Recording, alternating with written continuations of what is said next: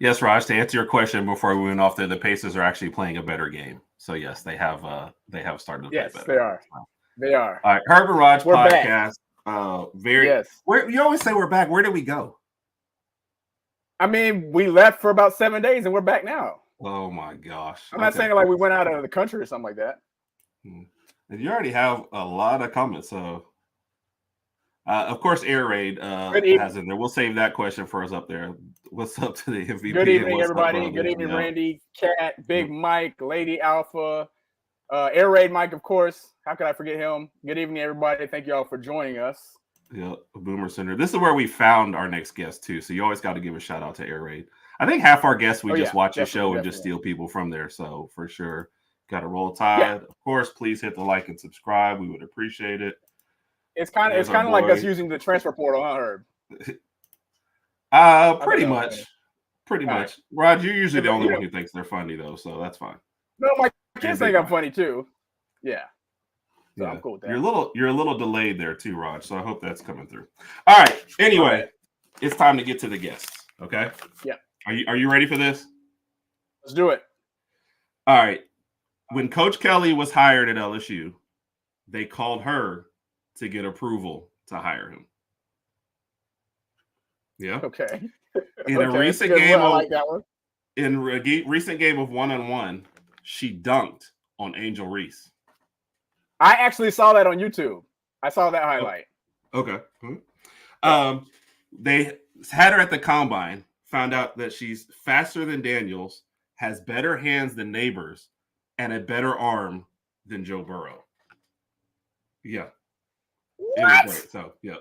Her motto when we were trying to get her on the show is, "Hey, I'm not that bad. Please welcome in one of the greatest names in all sports, Dailey Joy." How are you doing today? Yay! I wish all that was true, honestly. I really, really do. Okay, now first, you're supposed to claim that at least two truths. So like two truths and a lie, and let everyone figure it out. Okay. Yeah. I mean, I don't think people are dumb. You don't think people are dumb? You've not been on Twitter then. So well, okay, yeah, you're right. Okay, I'll give Alabama people some grace. I don't think Alabama fans are dumb. Okay. If this was like a Texas A&M podcast, we'd have. Oh man, shots fired, and we barely got into it. Yeah, I don't think we have any Texas A&M fans though. So, look, somebody already has got a better hair than Morel. Just his recent one. He has had great hair until that last photo that just came out. Yeah, I saw something of him today where it's kind of like fluffy now. So yeah, I'm like, homeboy lost his girlfriend and like lost all of his sense of style. So I don't really know what's going on there. I can understand that also. And yes, that's like one of the first things I said, JB. We caught her on Air Raid Mike's podcast, and I was like, oh, that's great. And then they were talking, so it was like, yep. And we started like we've told people we kind of want to. Last year we just started talking a whole lot of basketball, and we kind of want to keep the focus on football this year. So like you're our guinea pig. If we bring in people from other teams and see how it goes. So I do want to throw a little bit of curveball. Tell a little bit about so from where you come from first. The Message Board Geniuses podcast. I always feel like I'm going to mess up the words. Where did that kind of get started? Where did the name come from? And just tell me a little bit about that first before we get into the television. For sure. The other three guys that I'm on the podcast with have actually all been friends for a very long time. I was actually like a backup plan. I have zero issues saying this whatsoever, but you're crashing the party. Yeah, well, it was supposed to be those three guys and another girl. And the account Board Geniuses, we call him MBG, the guy that runs that account, he wanted to start one kind of talking about like the funniest message board post of the week, but always kind of trying to tie it back to football. And so they lost their female and kind of just like went on a hunt to find another like female voice that kind of knew what she was talking about. And somehow they settled on me. Wow. I'm still not sure if she said settled. Come on. Yeah, like I'm still not entirely sure I really am what they want, but they're stuck with me now. I've been there too long. And you kind of take over at times, is that right? Yes and no. Like sometimes I can, but I'm actually more of the like X's and O's person. Like I actually really love to talk football, and they're just a bunch of like older guys that want to goof off about the Board Geniuses post. And so I kind of like tend to level it out a little bit. I'm also the youngest one by far. And so I tend to bring a little bit of like the youthful vibe. But no, yeah, like they're all really good guys. It's a really fun time. I really enjoy being a part of it. So. Okay. Awesome. And there's our Georgia Bulldogs fan who we found from the very same show. Looking forward to hearing what you have to say about LSU. So look at how Randy puts it out though. Looking forward to hearing from this LSU fan. I'm just reading in the same type of tone of voice I know Randy's reading it in. This LSU fan, like, oh my goodness. I've been called worse. Yeah. Oh, yeah, and Randy, and like he's gonna text me later and go, "That's not how I meant it at all." Like Randy, I know. I'm just messing with Randy. Yeah. So I had to start. I said we'd kind of look back at last year. So you look back. Obviously, Heisman Trophy winning quarterback, 2 picks in the top 10.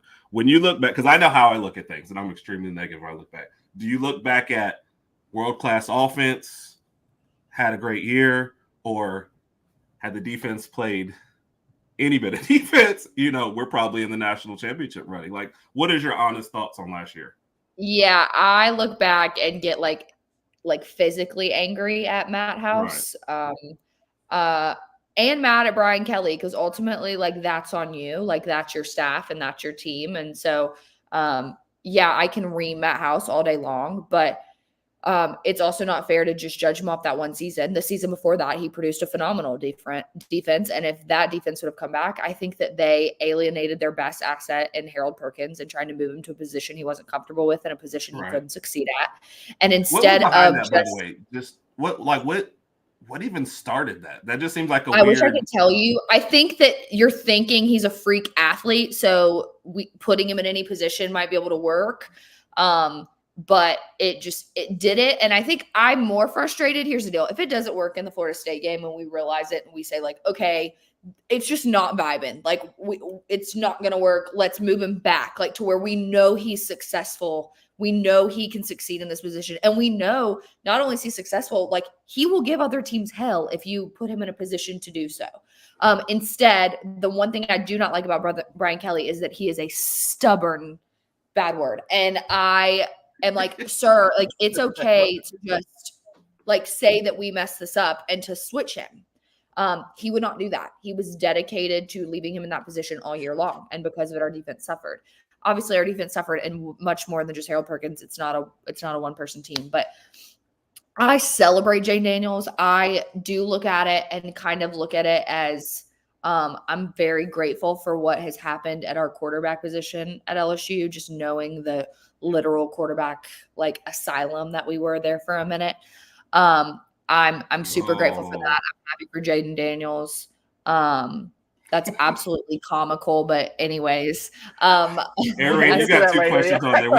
We'll post them up in a minute, but that's hysterical. But yeah, I am happy for Jane Daniels. Happy that we have it feels like we've gotten over that hump of like really struggling at the quarterback position, but then also just lividly angry that you wasted a generational talent in Jane Daniels and Malik Neighbors and Brian Thomas. It feels unfair to them that they weren't given a shot at a game that they could have potentially won because our defense struggled so badly. So mixed emotions there for sure. Quick question. So speaking of the LSU defense, just take us through your range of emotions that occurred during the Ole Miss game. If I recall, I think it was like 49-55. I pretty much watched the entire game going back, trying to figure out what in the world was going on, who's going to play defense, who's not going to play defense, etc. So just what was going through your mind the whole game, and how did you feel about that, and of course the outcome? And Rod, can I say real quick, as a outside view from it, that was a great game to watch because I didn't really have entertaining for us, entertaining watching offense, but I can't imagine. It's like how I felt going into the LSU Alabama game. Let's imagine how you felt like kind of going in that game and watching it unfold. I'm not gonna lie to y'all. I was on vacation during that game, and if I had not had a couple drinks in my system, it would have been real bad. Thankfully, I was like just numb enough to not lose my shit in the middle of the ocean. But I think it's like kind of a weird thing. And I would say like some older LSU fans might know the younger ones, like the ones that are in college now, or like people that are just now getting like on the bandwagon, if you want to call it that. Are used to seeing these like predominant LSU offenses. And I grew up in the era of like predominant LSU defense. Like Right. I will never forget the 9-6 game for as long as I live. Right. And I love old school defense. Like I think those games are just as entertaining as like offensive shootouts. So I sometimes find myself, especially in games like that, I had the emotion of being like, who are we? Like, where did we go? Like, we used to be the team that, like, I mean, like, we can do the DBU thing and the DBU argument all we want to, but like at this point in time, like all that does is say what you've produced in the NFL, but like you don't produce quality defense anymore. And like, this is embarrassing. So I struggle because I'm like, when did the shift happen? Like, when did we stop caring about defense and just became like every other program? And then at the same time, as someone that wanted the LSU offense years ago to be able to score anything more than a freaking field goal, I'm like, holy cow, like we know how to drive down the field. So again, it's just that range of emotions.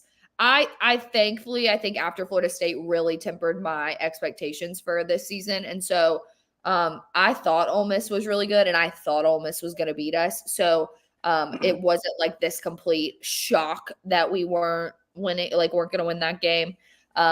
But I mean, you always want to win. And there was a moment there, like when it was kind of going back and forth, you're like, do we have a chance? Maybe we do, maybe we don't. But late in the game, it seemed like y'all took control for a second. I thought you guys had it. And then it was like, they did. The double lead off and disappears again. I was like, what just happened? Yeah, that's literally my that's my life, like as an LSU fan, like the amount of times I thought we had y'all beat and then just in the last minute like blew it at home. Like I remember both instances when I was in college that like we went into the last minute winning and just drove down the field like we weren't on there, and I just like fetal position multiple times. So at this point now I'm just like used to it almost, like I'm numb. But you know, I don't know. When I get sad, I just think about 2019 and it makes things a little bit easier. That was going to be one of the things I said. It's not fair, but do you ever compare like Daniels and Burrow? Yes and no. I really struggled this year with LSU fans feeling like they had to pick between the two. I'm like, their stories are so similar.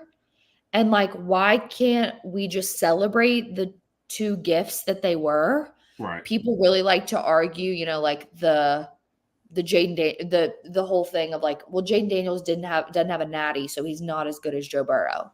And yeah, if that's the only thing you want to measure it on, then like, yes, I guess technically you're correct. But give Jaden Daniels the 2019 LSU defense, and he's going on one hell of a run, if not winning the whole thing. There you go. There's you're just okay, Air Raid. Look, you have come. We're just going to time out 1 second. You have more opinions and are coming in more hot in these comments than you did on your own show. So if you have heat on your own DJ, show, tell them. I'll go with you at your own show. He's having fun. I like this. Like, you over here talking a lot of trash for someone that ain't played it in Death Valley on a Saturday night. Yep. I actually got to see, unfortunately, that 19 team at home against Alabama. So that one was a good game. Had I not been rooting, obviously that was probably one of the best games I've been at.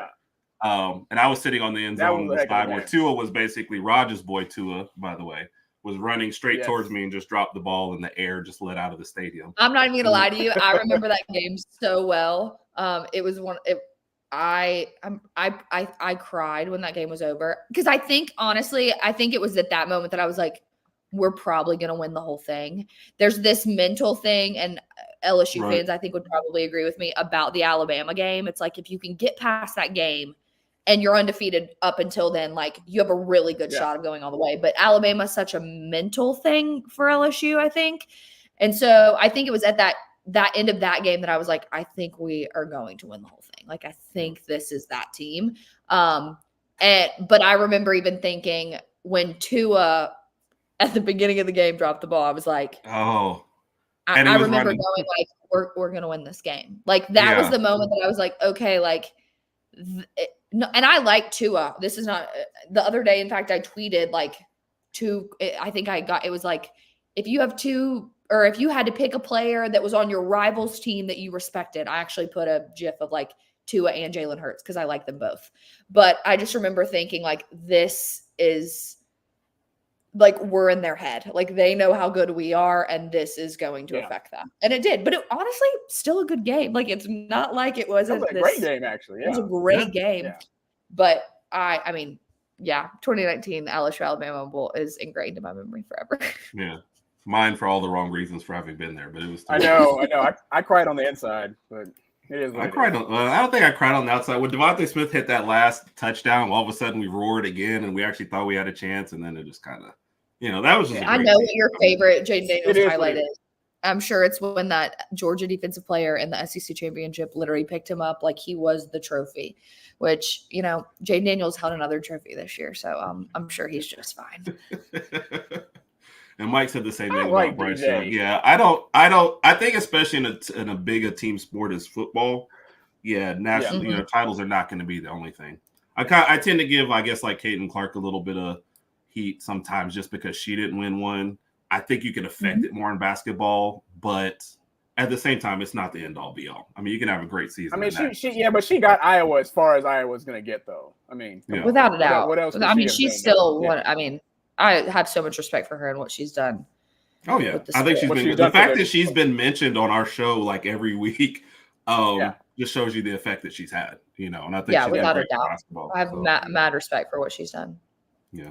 Oh yeah. Okay, I don't know if it was just time. I feel like they had the ball and they kind of ran it out at the end. So I don't know that we would have gotten like 2 stops on them. I think that was kind of the problem. If I'm being really honest with you, and like I know that I'm an LSU fan, so people are going to say like, well, you're biased. No one was beating LSU that year. I mean, like absolutely no one. Like they were not going to let anyone win. It became very clear. I mean, you look no further than the Texas game, like week 2, when it's 3rd and 17 and like every odd is stacked against you, and it's the loudest Texas has probably been, like, I don't know, since the Alamo. And they like Joe Burrow's just like, screw it. Like Jamar, what we always said, Jamar's down there somewhere. And I mean, it just, no one was beating them that year. Like it was just not going to happen.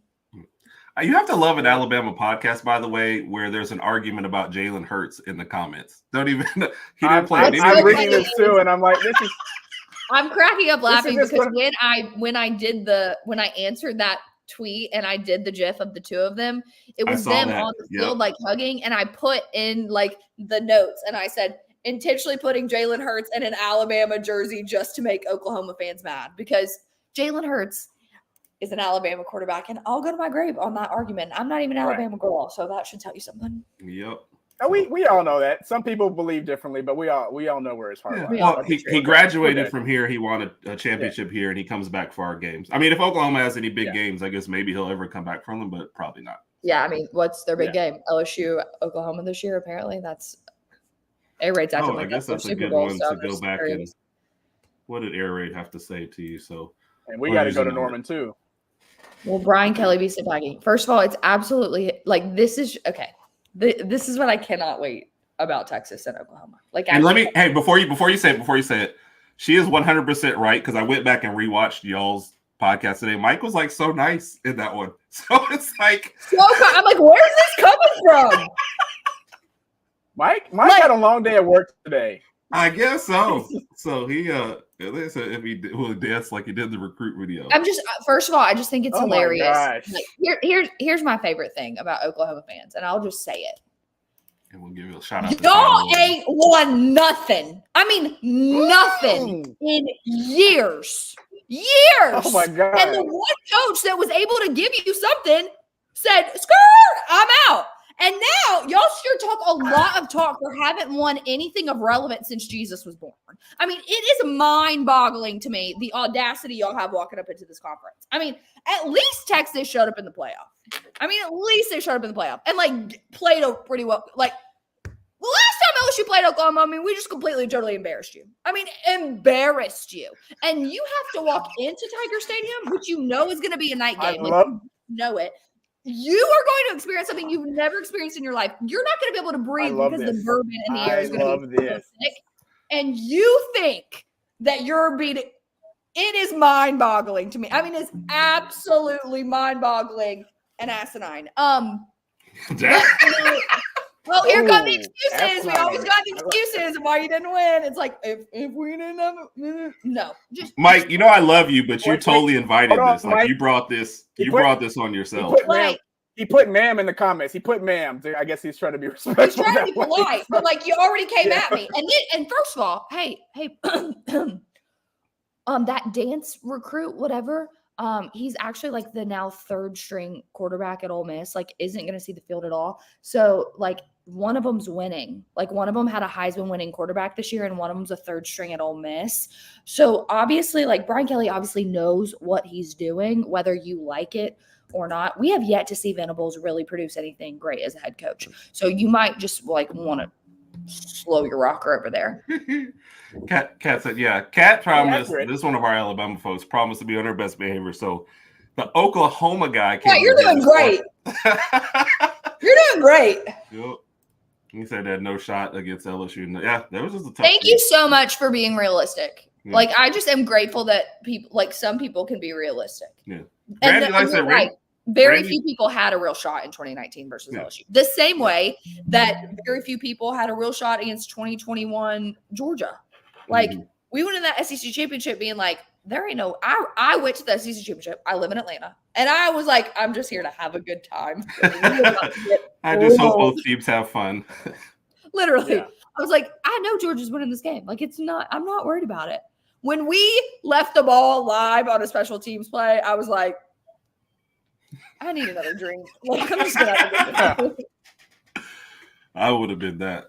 So, I hate to bring it back to the recap from last year, but you already mentioned kind of how the year was going. But I guess because of losses and Ole Miss still having to play Georgia, you still have a shot, I guess, at the SEC going into the Bama game. What are your feelings going into that Bama game and then coming after it? And I know we talk about the FSU. I always dismiss the FSU because it was out of conference. And the first games of the year they're always rough. You know, that's why I don't mind when the team schedules a cupcake at the beginning. I said that several times. Yeah. Well, just because you have no idea what your team is and what's going on, and it's just different going game speed. So, I mean, prior to that first game, everything's been like a bunch of glorified scrimmages. So you still have to work like a lot of kinks out. The first and the second week, you're still working out some kinks out for each team. So you never know what's going to go on. For sure. And I'm not, I guess now it's a hot take. It wasn't a hot take all season long. I still think Florida State was a great team. And if Jordan Travis doesn't get hurt, like who knows what happens. But I'm not again, wasn't mad about that loss. I agree with you. I was more mad about what happened after that loss. I was expecting more adjustments to be made and they just weren't made. Back to your question, going into the Alabama game, again, it's like such a mental thing for me. Right. And I just, if I'm being honest, like didn't have a lot of hope. I felt like y'all really were like, y'all got consistently better as the year went on, which, and this is not insulting, like this is not trying to insult Alabama in any way, shape, or form. Y'all are usually so consistently good all season long that it was like such a different Alabama team to watch this year. But I still am just like, I'm never like, it's so hard for me to go against Nick Saban. Like, I was just like, it's hard for me to do that. I can't logically think that. And just the way that our defense had played all year, I was like, sure, this isn't the most like proficient Alabama offense that has ever walked on the planet, but this is maybe like, and this, I don't even know how much of a stretch this is. Like, this might be one of the worst defenses LSU has ever fielded. And so I'm not willing, like in my mind, we need to be the best of the best in order to compete with Alabama. Don't read the comments. Let's keep going. Keep going, Dailey. Come on. No, read a comment all day long. Oh, she's again hasn't won anything of relevance since Jesus was born. So it's real easy to bring up, the COVID year and 2021. But like, I'm like, for a man that y'all really hate, Riley, y'all sure do pimp those Heismans when recruits come around. Anyways, yeah. So I just don't. I just didn't have that much confidence, and I was right to not have that much confidence. So there's that. That was definitely one of those games. I was like, the first team to get a stop is going to win. Would you say, Raj? Go ahead. Yeah. No, I think as far as her mentioning like that Alabama, and we usually do field a consistent football team. Like our team, and Herb and I discussed it several times about last year's team. Like I don't think we really just changed as far as momentum is concerned until maybe after the Texas A&M game. Like the second half of that Texas A&M game when Milroe just came out passing and we won the game, that's when things kind of changed for the better for Alabama. Before that, it was just so up and down. I mean, we can talk about the South Florida game. We managed to escape away from South Florida, which is embarrassing to say. But that whole season was just so up and down for us. But midway towards the end of the season, we just kind of got the ball rolling. So, yeah, I agree with you there. But Aaron, this is the last thing that I'm just going to say one more thing to Aaron, and then we're going to stop this. It's 2024. It's 2024. Y'all have not won a but I don't think national he's going to stop. Yeah. Y'all, okay, I well, have I'm never done. seen. Because I have I'm just never gonna seen this side of him though. Like we're ever. nipping this, okay? It's- So like it's I'm funny, telling though. y'all, we're nipping it in the bud, okay? Y'all have not won a national championship in When was the last year? 2000. I thought it was. I'm thinking. Oh wow, I Mike. agree, 2000. Kat. Wow. 2000. So again, like I said, pimping the Heismans because that's all you have to show for recruiting. Or maybe Venables is showing his Clemson national championships because he sure as hell ain't won one at Oklahoma. Like I can go all day long, but again, haven't won anything of relevance since Jesus was born, and I stand by what I said. And you just hope you better hope and pray you Sooners bring it to Baton Rouge. That's all I got to say. I have whenever you guys are on the show again. And she pulled out the Stanley. I'm there. Go ahead. What now? Checkmate. I said the next time that they're on the show again together, I'm there. Like it's got to happen. Oh yeah, you got to let us know, please. They were so civil in their first show, Raj. Like I said, I rewatched it again. I was like today kind of expecting him to have some like questions in the first show, and they were, but it was all like, "Where should I eat? Like, what should we do? Like, where should we tailgate?" Like, if you wanted this energy, you should have brought it. So you mentioned a good one there, though. Talking about the offseason, what was your reaction when Saban retired? Do you want my honest reaction? Yes.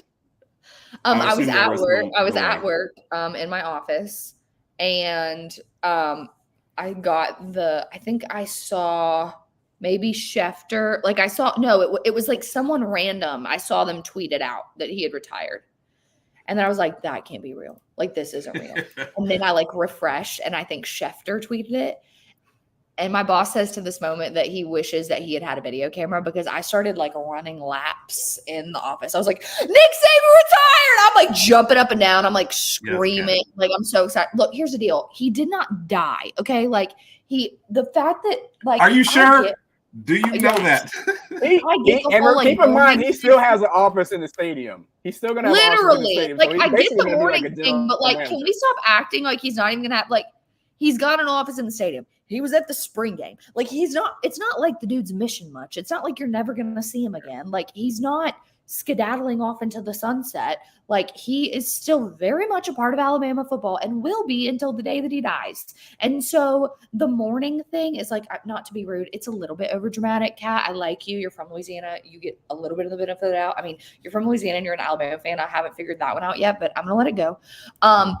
And so but I just think the mourning thing is like a wee bit dramatic. I'm like, let's just like also like instead of doing that, why don't you just appreciate like everything he just did? Like that, like, oh yeah, y'all got banners, y'all got more banners and trophies.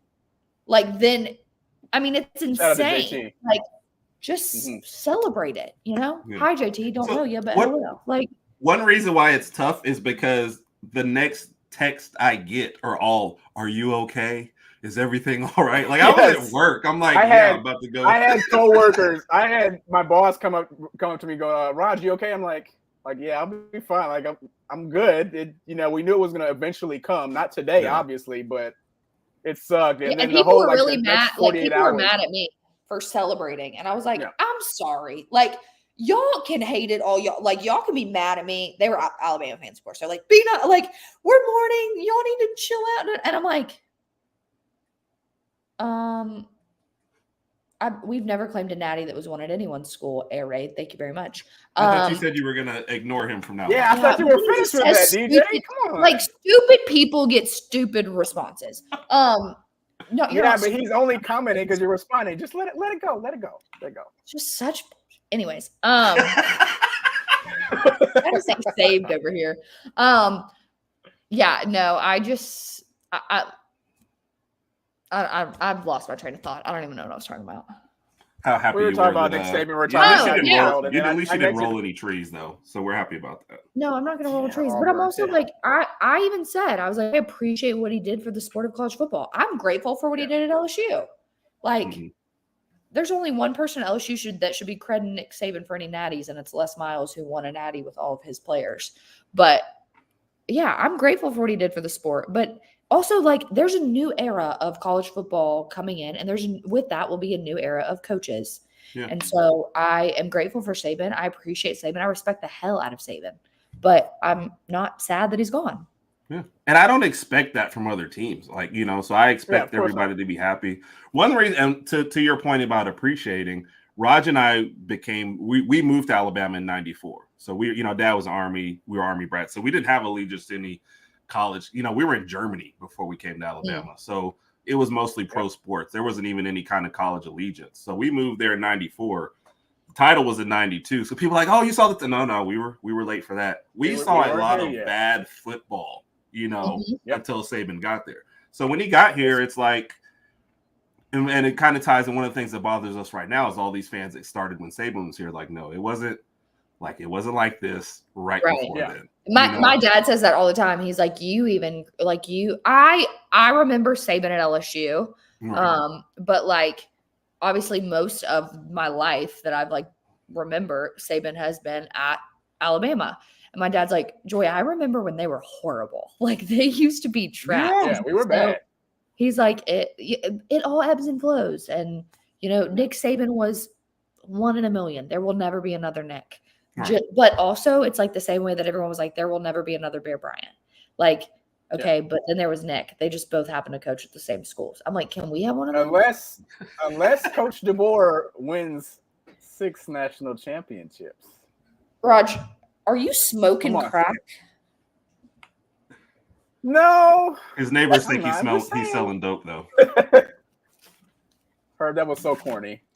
I've got the dad jokes with no. It's another lame J. Cole line. I get it. I'm actually just looking to see if Air Raid Mike is going to comment anything. I kind of feel like he's just sitting at. I'm not. What can I type next? I'm not looking at the comments.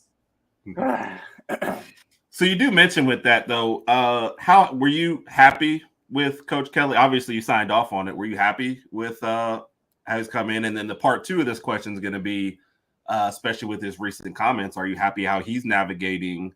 Like the transfer portal and bringing in players. Yeah. I believe for starters, I did not sign off on the Brian Kelly hire. If you actually really search my social media, it's not hard to find, but I was actually very unhappy with the Brian Kelly hire. With 2 truths and a lie, that means dunking on Angel Reese and the combine stuff is true, but go ahead. Yeah, you're right. I dunked on Angel Reese so bad. It was crazy. She's literally still embarrassed. I'm just kidding. It's why she entered the draft. You just needed to get out of bad. So gotcha. At the time of the hiring, who were you hoping that LSU hired instead of Kelly? If I'm being really honest with you, it was so long. Like, I'm trying to remember. I know.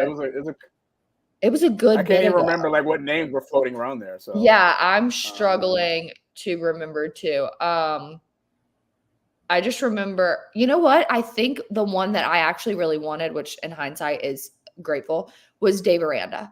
I really liked Dave Aranda. I loved what he did with the defense. This is when he was having some success at Baylor.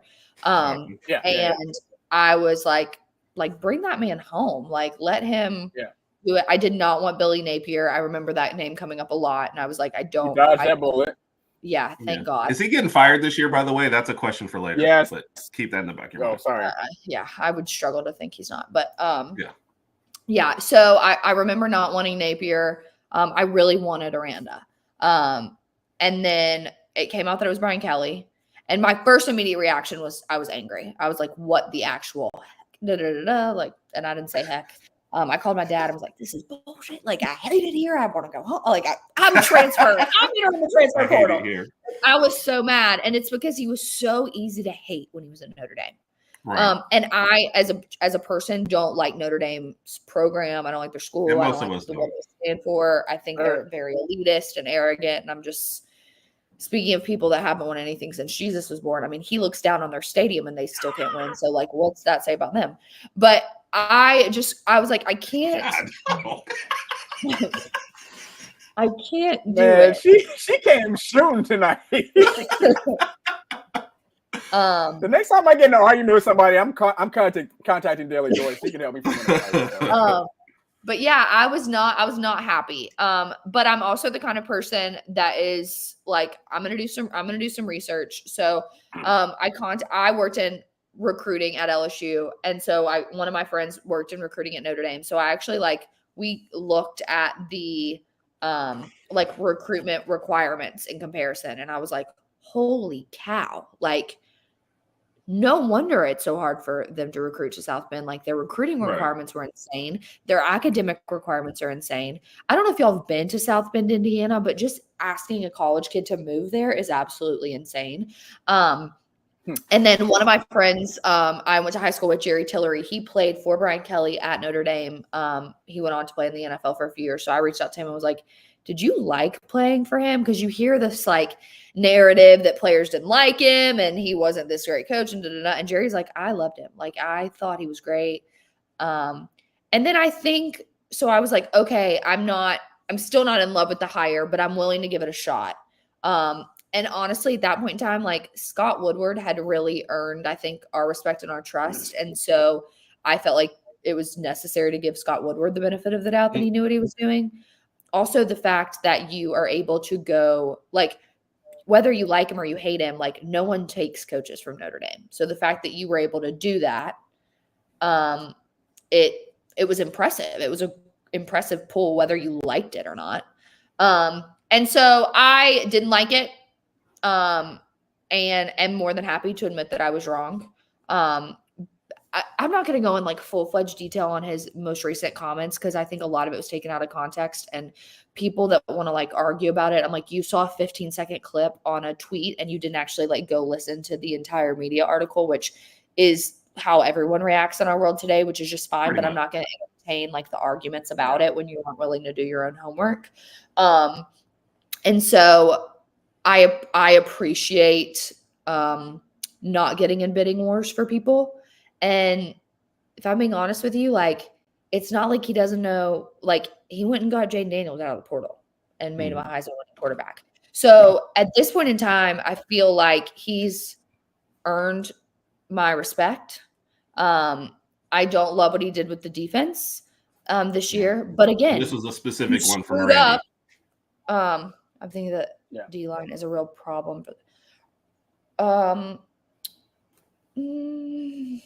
I could argue this one, but I think it's only fair to give them, he went in and did a full defensive overhaul. I mean, he had to write a letter to fans and be like, we fired that entire unit.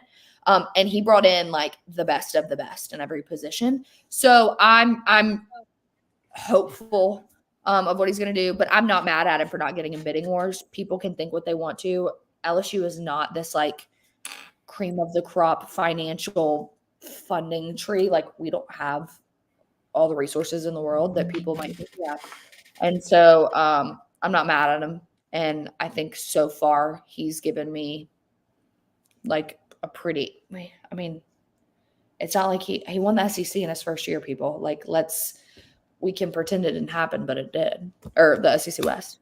So I'm going to ride with him for a little while. And I think do you think he's done well in the portal? Kat, you struggling in Porta? In the portal. Porta. One more time, Kat. One more time. But do you think he has done well? And Randy says he would just be for insight on it. And in Randy's defense, I didn't think you were trying to argue. Well, I didn't think you were trying to argue. I just we could go back and forth about whether or not it's a problem or not.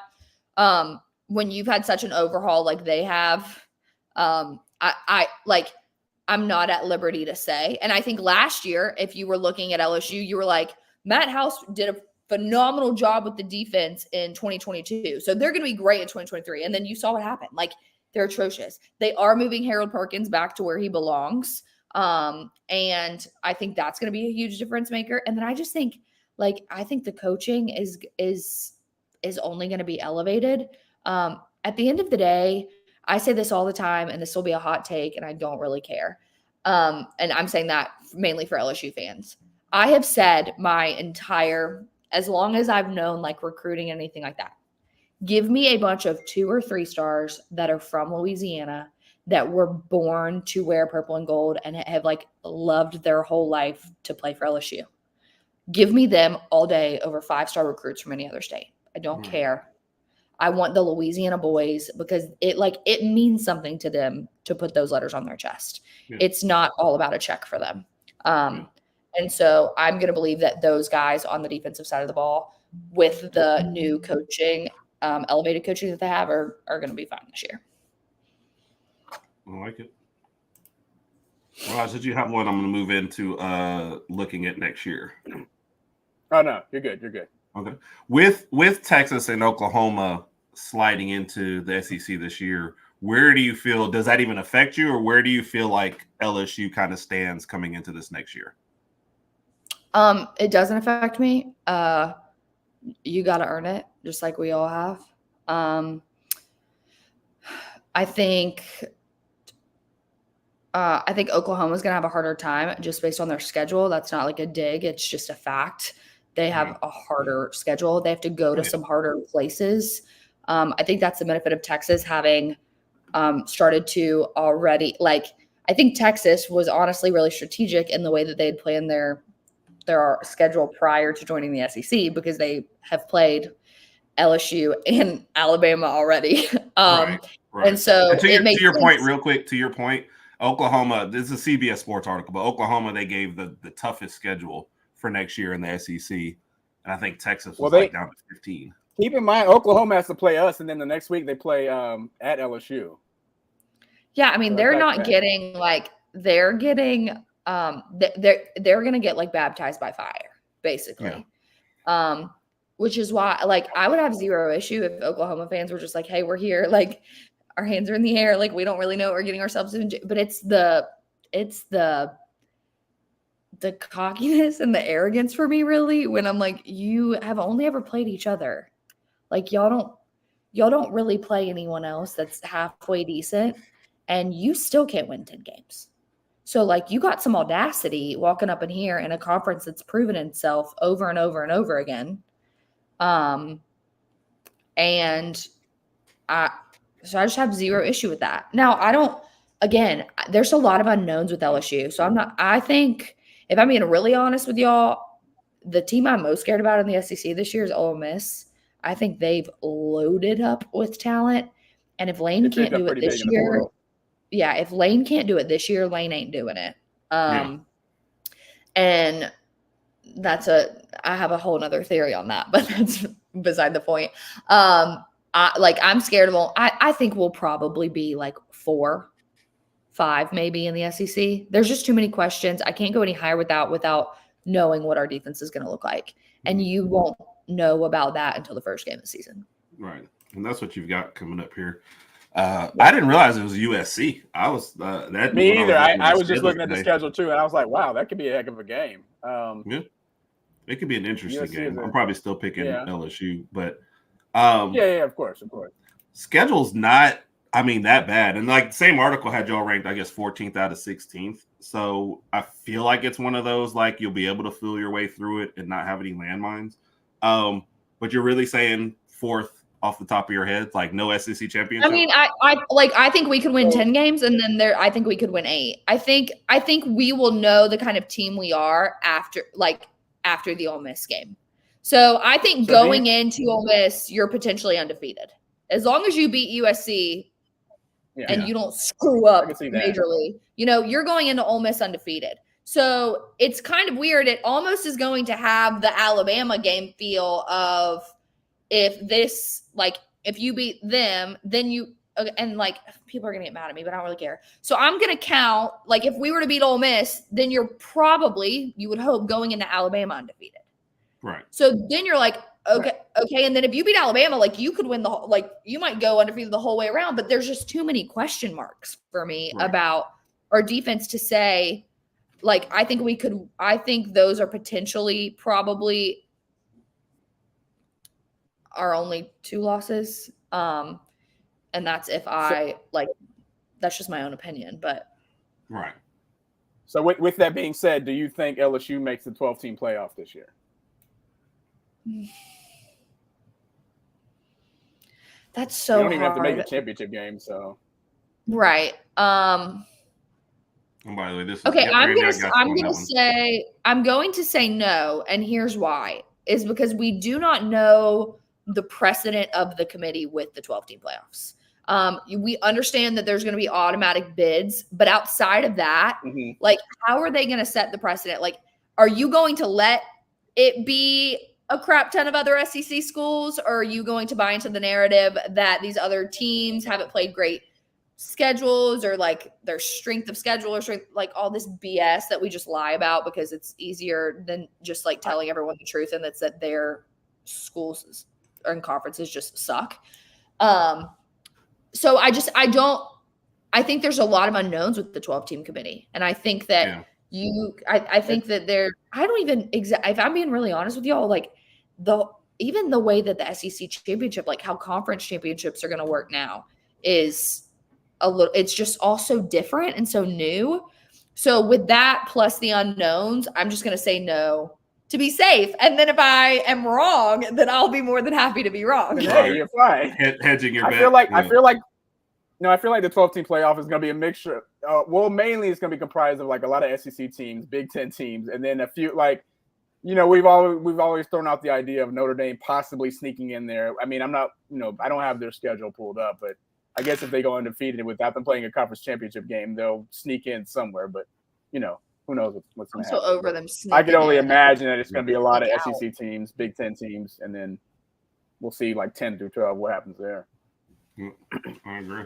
And Randy has said that. So just a couple comments here. Texas play. Oh, yeah. And I think that's what kind of sets this conference apart. People, like, even when you're looking at the schedule and you have like a Texas A&M and Arkansas back to back, you think these aren't the best of teams, but the physicality of those teams, I think, can grind you down. You just never know. Like, those are 2 of the greatest teams, I think, to use in that example. Like, you don't know which version of them you're going to get. Like, sometimes we play Arkansas, and I'm like, if they played like this every week, they'd be national championship contenders. And then sometimes we play them, and I'm like, are y'all a JV team? Like, suited up? Like, is this Bishop Sycamore 2.0? Like, what's happening? Like, it's just so unknown. Like, there's just I think the struggle with the SEC is that if you are not consistent week in and week out, you will lose a game you're not supposed to lose because that's the grind of the SEC.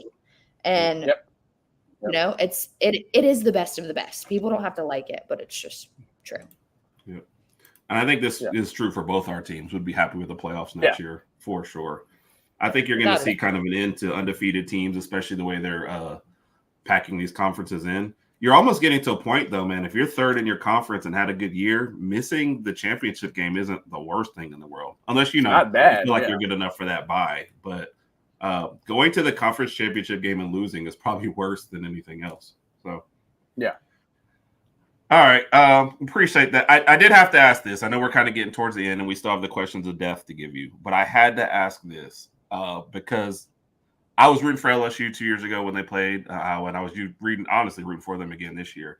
Is it not one of the strangest seasons for a defending champ in women's basketball, and especially the way the season started? Like, I feel like if Zach Edey had won a title at Purdue and then came back the next year and then just started missing games and nobody else knew what was going on, it would have been a huge, huge story. We were just kind of like, we don't know what's going on, and because it was kind of women's basketball, we didn't give it as much pub. But that's an outsider's view. What do you think of somebody who was on the kind of more watching it? Am I just totally off? I don't think you're totally off. I just think it was a weird year, if I'm being honest. Like it did feel like there is this, I don't know how we got here, and maybe I'm naive. I don't think like, okay, in football, I kind of get it. Like, we are not the nicest fan base. We, like we have a reputation, and some fans tend to uphold that reputation. But I'm sitting here like, guys, we're not a basketball school. Like we haven't been a basketball school since Shaq was there. Like, let's just call a spade a spade. Like, the most y'all talked about us was when our coach was cheating and not winning, and now he's a coach at McNeese. Like, let's just call it what it is. And so I knew when the Kim Mulkey hire happened that she would turn it around pretty quickly. Right. But did you think she was gonna? Did you think? I'm sorry. Go ahead. I'm sorry. No. What's your question? Did you think she was going to win a championship in year one, though? I thought it was going to take a few years to get there, but she surprised me. She didn't win in year one. She won in year two. Was it year one or year two? I thought it was year two. One. Year two. My bad. Right. My bad. Regardless, what did you think? Regardless, yeah, I thought it was year one in year two. Yeah. Okay. Year one, I remember like even she like won more games like in like 6 weeks than the whole team had won like the year prior. So like we knew she was capable of turning it around quickly. Okay. But I don't think anyone suspected a national championship in year two in any way, shape, or form. But like somehow, some way, and I think teams do tend to take on the personality of their coach. Kim Mulkey is very much a villain, if you want to call it that, in the world of college basketball. People don't like her because she takes no BS, and she's not afraid to like say what she thinks. But ironically, like when she doesn't say what she thinks, then everyone's mad that she didn't say what she thinks. So it's like, what do you want from her? Like she can't win. And her character gets attacked. So then she says something, and then everyone's like, why would you say anything about your character? Like, it's just, they can't win. And so when if she's like that, then your team is going to be like that. And so Angel Reese took on that persona and ran with it. And I get why you maybe wouldn't like her if you were a player or a coach of an opposing team. But also like we said it earlier, like y'all were talking about Caitlin Clark all season long. Mm-hmm.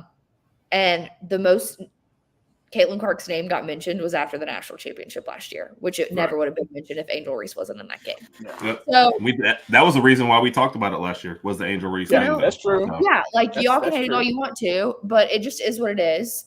They both, as much as people don't want to admit this, they both have been great for the sport of women's college basketball.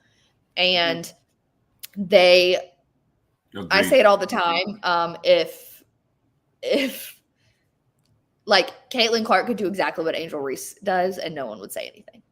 Agreed. But Angel Reese, because y'all have attached the villain label to her, she is not given that option. But it just was a weird year. I'm excited for the future of LSU women's basketball as long as Kim Mulkey's at the helm. And I'm sure we'll keep being the villain. And I think we're all kind of okay with that at this point. Agreed. Well said. We're going to rapid fire into these questions so we can get you out of here on time. Yeah. And this one, Air Raid had this question too. So this kind of played into the question I was going to ask. If you had to pick, it's a good question. If you had to pick a rival from each of the conferences, including the SEC and then the other Big Fours, and you had to play this team every year, what team are you picking? So SEC, Big 12, Big 10, ACC. Who are you picking to play every year? Okay. SEC, Auburn. I love playing Auburn. I know it's a hot take on this podcast, but I really enjoy playing Auburn. Let's see. ACC, honestly, I'd probably go Florida State. I think they're on the up and up, and Clemson's kind of on the down and down. And so I am of the opinion that if you were going to play outside of your conference, it sure as hell better make you better. So where a lot of teams would be like, oh, I'm going to play the crappy ones. No, give me Ohio State or Michigan. I'm taking like Vanderbilt and Rutgers. You always say that, Herb. You want to take the weakest team. I do. like yeah, but like that. If I'm gonna do these games, like I want them to make me better. Like Yeah. That's what I'm saying. You like, got to be competitive, at least entertaining. But when you're playing Vanderbilt, I mean, our GPA right. might Like get when you increased get to, somehow, if you make it to the college football playoff, playing Vanderbilt ain't gonna have done for you. Yeah. At least I'm in the playoff. So I'm sorry, but are you taking Ohio State? Was that your Big 12? Yeah, I'd probably take Ohio State, Florida State, ACC, Auburn, SEC, Big 12. I don't even know who you take from the Big 12. I don't even know who's there anymore. So I can give you a pass on that. Maybe Oak State. What about Oak State? Yeah. Nobody moves. I don't even know who plays in the Big 12. Yeah, we'll skip that one. That's why I mentioned Oklahoma State. That's the one team I'm sure. Go ahead. Wait, are we considering USC now Big 10? I might play them because then I get to go to California. There you go. All right, Raj, what you got? That's the first game. Who wants to go to Ohio? All right, so Herb and I play a little game called Work, Play, Live. We do it pretty much every week. So I'm going to give you 3 names. Okay. Out of these 3 names, you got to tell me who you would rather work with, coworker, who you would rather live with, be your neighbor, and somebody you'd rather hang out with on a weekend. Go out to wherever it is that you like to do on the weekends. I'm going to give you 3 names. Here we go. Okay. Les Miles. Oh, God. Coach O. Okay. And Brian Kelly. Work, play, live. I kind of know who you might want to play with. Like I think I got that one, but we'll see. Yeah, I'm playing with Coach O. I mean, obviously, like that's just yeah. So work and live.